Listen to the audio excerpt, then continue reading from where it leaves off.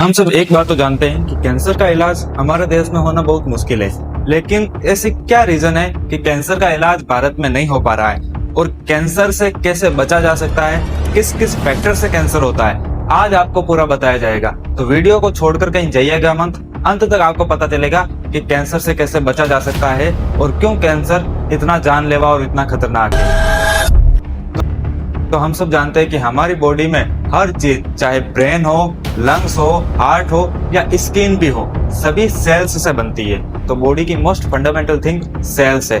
अब सेल्स की एक प्रॉब्लम होती है, बॉडी में प्रेजेंट हर सेल की एक लाइफ होती है जिसे डीएनए रेप्लिकेशन कहते हैं। डीएनए रेप्लिकेशन में बॉडी की ओल्ड सेल्स को अपनी जैसी नई कॉपी बनानी पड़ती है और फिर ओल्ड सेल खत्म हो जाती है। तो इस प्रोसेस को आप इस तरह समझिए, ग्रोथ, डिवाइड और स्टॉप। और ये ग्रोथ, डिवाइड और स्टॉप चलता रहता है। इनफैक्ट आप अगर ये वीडियो पूरा देखोगे तो इतने टाइम में आपके 20 बिलियन से ज्यादा सेल्स डिवाइड हो जाएगी। तो बायोलॉजी में इस प्रोसेस को माइटोसिस कहा जाता है। अब माइटोसिस में क्या होता है, कभी कभी कुछ सेल अपने आप को डोन समझने लगती है और ये डोन सेल्स बॉडी के इस प्रोसेस को, ग्रो, डिवाइड और स्टॉप के प्रोसेस को करना बंद कर देती है और अनलिमिटेड तरीके से ग्रो करने लगती है। और इस प्रोसेस में बहुत सारी सेल्स ग्रो हो जाती है और एक जगह गांठ के रूप में बढ़ जाती है और एक जगह इकट्ठी हो जाती है। और इस तरह से जब सारी सेल्स एक जगह इकट्ठी हो जाती है तो उसी सिचुएशन को कहा जाता है कैंसर। और एक बात और, कैंसर दुनिया में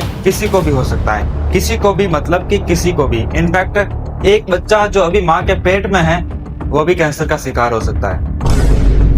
कैंसर के वैसे तो बहुत सारे सिम्टम्स हैं और सभी कॉमन है, तो आप इससे पता नहीं कर पाओगे, लेकिन एक बहुत ही खतरनाक सिम्टम है जिससे आसानी से पता चल सकता है कि किसी को कैंसर है, और वो होता है ट्यूमर, यानी कि गांठ। ट्यूमर आपके शरीर में इस तरह से फैल सकता है कि ट्यूमर का कोई साइज फिक्स नहीं है।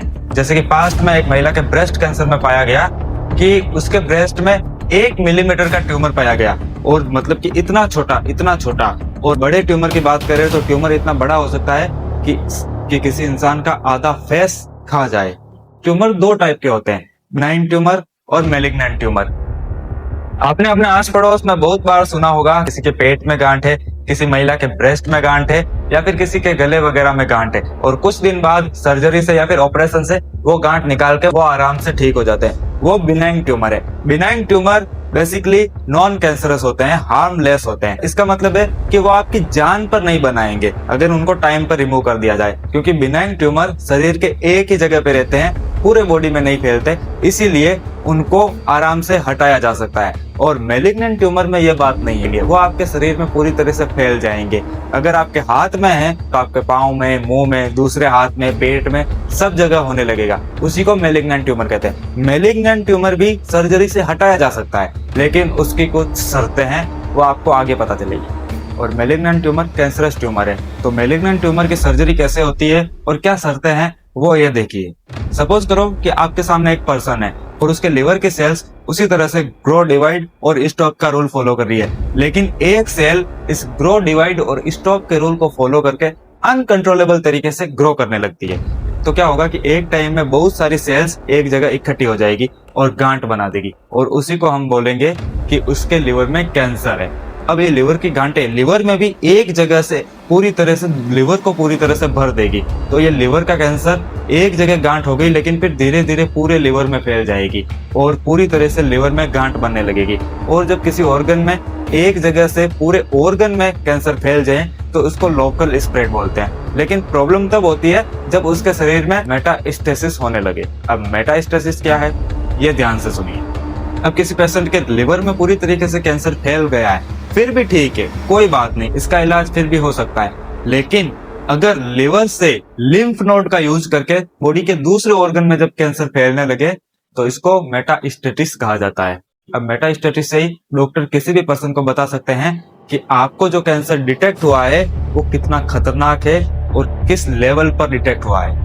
आपने कई बार सुना होगा कि किसी को फर्स्ट स्टेज कैंसर है, किसी को सेकंड और किसी को फोर्थ। अगर हम डायरेक्टली किसी को बोल दें कि आपको फोर्थ स्टेज कैंसर है, तो उसको समझ आ चुका है कि अब मेरी मौत पक्की है, मेरे बचने का कोई चांस नहीं। और अगर किसी को यह बोल दें कि आपको फर्स्ट स्टेज कैंसर है, तो हाँ, उसे लगेगा कि कैंसर तो हो चुका है, लेकिन इसका टाइम पर पता चल चुका है और इसका इलाज हो सकता है। तो डॉक्टर किसी को हवा में ये नहीं बोल सकते कि आपको फर्स्ट स्टेज है, सेकंड है या फोर्थ है।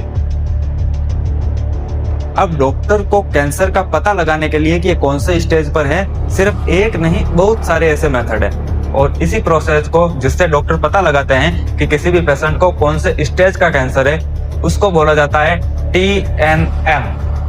TNM स्टेजिंग सिस्टम में T का मतलब होता है कि ट्यूमर की साइज कितनी है, N का मतलब है कि उस ट्यूमर की लिम्फ नोड में प्रेजेंट कितनी है, और M का मतलब है कि मेटास्टेसिस किस लेवल का हो चुका है। और इन्हीं सब जानकारियों से डॉक्टर पता कर पाते हैं कि उस बंदे को किस लेवल का कैंसर है। अब TNM भी अलग अलग तरीके के होते हैं। सपोज करो कि एक 5 सेंटीमीटर ट्यूमर ओरल कैंसर में T5 कैलकुलेट किया जाएगा, मतलब कि बहुत ज्यादा खतरनाक है। बट ब्रेस्ट कैंसर में T2, इसका मतलब है कि वो ब्रेस्ट कैंसर के लिए ज्यादा खतरनाक नहीं है, लेकिन वो ओरल कैंसर के लिए ज्यादा खतरनाक है। इसी तरह से एक ऐसा कैंसर जो इन सभी बाकी कैंसर से अलग है, वो है ब्लड कैंसर। बाकी कैंसर में ट्यूमर सॉलिड फॉर्म में होता है, लेकिन ब्लड कैंसर में ट्यूमर लिक्विड फॉर्म में होता है, मतलब कि ये पूरी बॉडी में बहुत ही आसानी से फैल सकता है। जैसे कि हम जानते हैं कि हमारी बॉडी में RBC, WBC और प्लेटलेट्स, ये हमारी बॉडी को जर्म्स से बचाती है और पूरे बॉडी का फंक्शंस करती है। लेकिन अगर यही बॉडी की सेल्स अबनॉर्मल तरीके से ग्रो करने लगे और बॉडी का सभी काम करना बंद कर दे, तो क्या होगा? तो ये सेल्स पागलों की तरह ग्रो करने लग जाएगी और इधर उधर फैल जाएगी, और इसी को बोलते हैं blood cancer. Blood cancer basically 3 type के होते हैं: ल्यूकेमिया, लिम्फोमा और myeloma. Leukaemia type blood cancer आपके व्हाइट ब्लड सेल में होगा, जिससे आपकी व्हाइट ब्लड सेल अबनॉर्मल तरीके से ग्रो करने लगेगी और जर्म्स से आपको नहीं बचा पाएगी। Lymphoma type cancer lymph node में होगा और पूरी तरीके से लिम्फ नोड को डैमेज करने लगेगा। माइलोमा टाइप ब्लड कैंसर में इंसान के प्लाज्मा सेल्स पर असर पड़ता है, जो बोन मैरो में पाई जाती है। बोन मैरो में पाई जाने वाली ये प्लाज्मा सेल्स बॉडी को इन्फेक्शन से प्रोटेक्ट करती है और ये एंटीबॉडीज बनाती है। लेकिन अगर किसी इंसान को माइलोमा टाइप कैंसर है, तो प्लाज्मा सेल्स कैंसरस सेल्स बदल जाती है और फिर वही सेल्स हार्मफुल प्रोटीन प्रोड्यूस करना शुरू कर देती है।